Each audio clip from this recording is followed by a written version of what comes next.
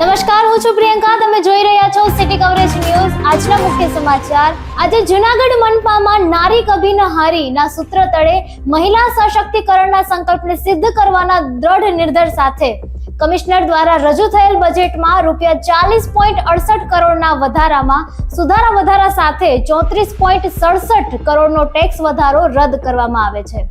જૂનાગઢ શહેરની વિકાસની ઝંખનાને ચરિતાર્થ કરતો શહેરનો વિઝન પ્લાન 2040ને ધ્યાનમાં લઈ વિકસિત ભારતમાં સહયોગી થવા અને નવી ગૌરવપૂર્ણ ઓળખ આપવા સાથે જૂનાગઢને વિકાસવંતુ બનાવવાનો પ્રયાસ.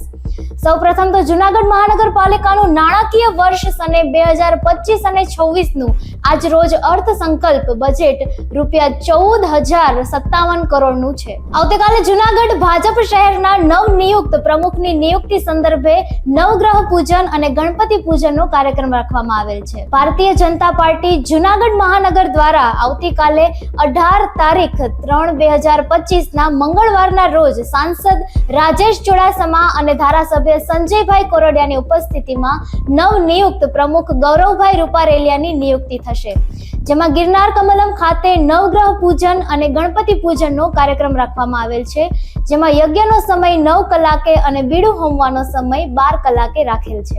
રિયલ એસ્ટેટ ઠંડુગાર થયું. હોમ લોનમાં 20%નો મોટો ઘટાડો. જમીન મકાનના ઊંચા ભાવ, જંત્રી દરમાં તોડાતા વધારા, શેર બજારની મંદી સહિતના કારણોથી ખરડાયું છે મોરલ.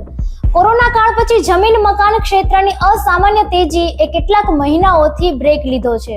છેલ્લા ત્રિમાસિક ગાળામાં ગુજરાતમાં હોમ લોનમાં 20%નો મોટો ઘટાડો થયો છે.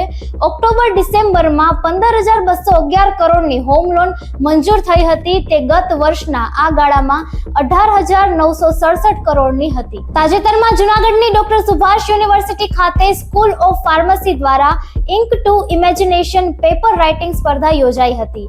આ કાર્યક્રમમાં ડોક્ટર સુભાષ યુનિવર્સિટીના 60થી પણ વધુ વિદ્યાર્થીઓએ ઉત્સાહભેર ભાગ લીધો હતો. આ તકે યુનિવર્સિટીના વિદ્યાર્થીઓ દ્વારા આર્ટિફિશિયલ ઇન્ટેલિજન્સ, મહાકુંભ 2025, વસુધૈવ કુટુંબકમ, એગ્રોનોમિક્સ, ક્રિપ્ટોકરન્સી, ઇન્ડસ્ટ્રી 4.0 જેવા વિષયો ઉપર પોસ્ટર રજૂ કરવામાં આવ્યા હતા. શ્રેષ્ઠ વિદ્યાર્થી ટીમોને રોકડ પુરસ્કાર આપી બિરદાવવામાં આવ્યા હતા, તેમજ દરેક સ્પર્ધકોને પ્રોત્સાહન ઇનામ અપાયું હતું.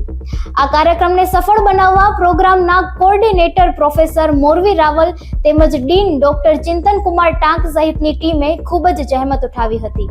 આ વિશેષ સફળતા બદલ યુનિવર્સિટીના પ્રમુખ શ્રી રાજભાઈ ચાવડા તેમજ પ્રોવોસ્ટ ડોક્ટર દીપક પટેલ સાહેબે શુભેચ્છાઓ પાઠવી હતી. આજે વિધાનસભામાં મંત્રી રાઘવજી પટેલે જણાવ્યું કે પોરબંદર પોર્ટે છેલ્લા 5 વર્ષમાં 94.50 લાખ મેટ્રિક ટનથી વધુ કાર્ગો હેન્ડલ કરીને ₹100 કરોડ જેટલી આવક મેળવી છે, જેથી પોરબંદર જેટીને મુખ્ય રસ્તા સાથે જોડાતા 3.18 કિલોમીટરના રોડને 4 લેન બનાવવા રાજ્ય સરકારે ₹145.15 કરોડની દરખાસ્ત કરી છે. મંત્રી જગદીશભાઈ વિશ્વકર્માએ જણાવ્યું કે અમદાવાદ રાજકોટ રાષ્ટ્રીય ધોરીમાર્ગને 6 માર્ગીયકરણ કરવા માટે કુલ ₹3,350 કરોડનો ખર્ચ કરાશે. આ 6 માર્ગીયકરણ બાદ મુસાફરી સમયમાં અંદાજે 30 થી 45 મિનિટ જેટલા સમયની તેમજ વાહનોના ઈંધણમાં 10 થી 15% સુધીની બચત થશે. મંત્રી બલવંતસિંહ રાજપૂતે જણાવ્યું કે ગીર સોમનાથ જિલ્લાના 4 તાલુકામાં 1,930 જમીન રીસર્વેની અરજીઓનો નિકાલ કરાયો છે. બ્રિટનમાં ડોક્ટર હવે દારૂ અને ડ્રગ્સની લતથી છુટકારો અપાવવા દર્દીઓના મગજમાં એક ખાસ મશીન લગાવવાની તૈયારી કરી રહ્યા છે. આ ટેકનિકને ડીપ બ્રેઇન સ્ટિમ્યુલેશન કહેવામાં આવે છે, જે મસ્તિષ્કમાં ઇલેક્ટ્રિક તરંગો મોકલીને નશાની તલબને ઘટાડવાનું કામ કરશે. જૂનાગઢ કલેક્ટર અનિલકુમાર રાણાવસિયાના અધ્યક્ષ સ્થાને મહાશિવરાત્રીના મેળા અંગે ડીબ્રીફ મીટિંગ યોજાઈ હતી. આ બેઠકમાં મહાશિવરાત્રીના મેળાને ભવિષ્યમાં વધુ બહેતર બનાવવા માટે વિચાર વિમર્શ કરવામાં આવ્યા હતા.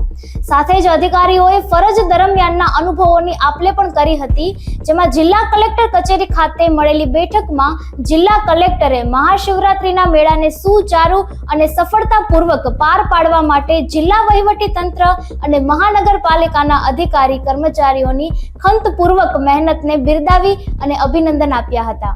ઉપરાંત સંબંધિત વિભાગના અધિકારીઓને પ્રમાણપત્ર આપીને સન્માનિત કર્યા હતા. જનતાના હિતને ધ્યાનમાં રાખી તારીખ 22/3/2025 જાહેર રજાના દિવસે પણ રાજ્યની તમામ સબ રજિસ્ટ્રાર કચેરીઓમાં દસ્તાવેજ નોંધણીની કામગીરી ચાલુ રહેશે. રાજ્યની સબ રજિસ્ટ્રાર કચેરીઓમાં નાણાકીય વર્ષના અંતમાં દસ્તાવેજ નોંધણીની કામગીરી વધારે રહેતી હોય છે. જાહેર જનતાના હિતને ધ્યાનમાં રાખીને આ નિર્ણય લેવામાં આવ્યો છે. રજાના દિવસે પણ રાજ્યની તમામ સબ રજિસ્ટ્રાર કચેરીઓમાં દસ્તાવેજ નોંધણી ઓનલાઈન અપોઇન્ટમેન્ટ મેળવીને દસ્તાવેજની નોંધણી કરાવી શકશે. સિટી કવરેજના ડેઈલી ન્યૂઝ માટે અમારી ચેનલને લાઈક કરો, શેર કરો અને સબસ્ક્રાઇબ કરો. આવતીકાલે ફરી મળીશું નવા સમાચારો સાથે. City coverage news Junagadh.